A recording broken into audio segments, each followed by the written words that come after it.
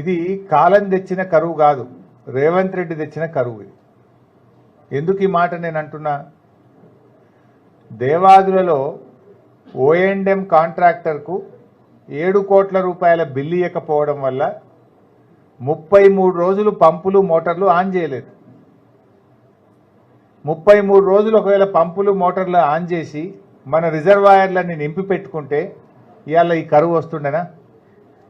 రేవంత్ రెడ్డి తన చేతగాంతనాన్ని, తన తప్పిదాన్ని తప్పించుకోవడానికి హరీష్ రావు గారి మీదనో కేటీఆర్ గారి మీద నిందలేసుడో, ఎండల మీద కాలం ప్రకృతి మీద నిందలు వేసో నెపాలు పెట్టి తప్పించుకోవాలని చూస్తున్నాడు. నువ్వు తప్పించుకుంటే తప్పించుకోలేవు రేవంత్ రెడ్డి. ప్రజలకు తెలుసు కదా. ఏమన్నా మేము అడ్డంగిడ నిలబడ్డామా? నీళ్ళు ఇయ్యకు వద్దు రేవంత్ రెడ్డి అని మోటార్లకు అడ్డం హరీష్ రావు గారు బీఆర్ఎస్ నాయకులు నిలబడ్డారా? ఇది నీ చేతగాంతనం. నీ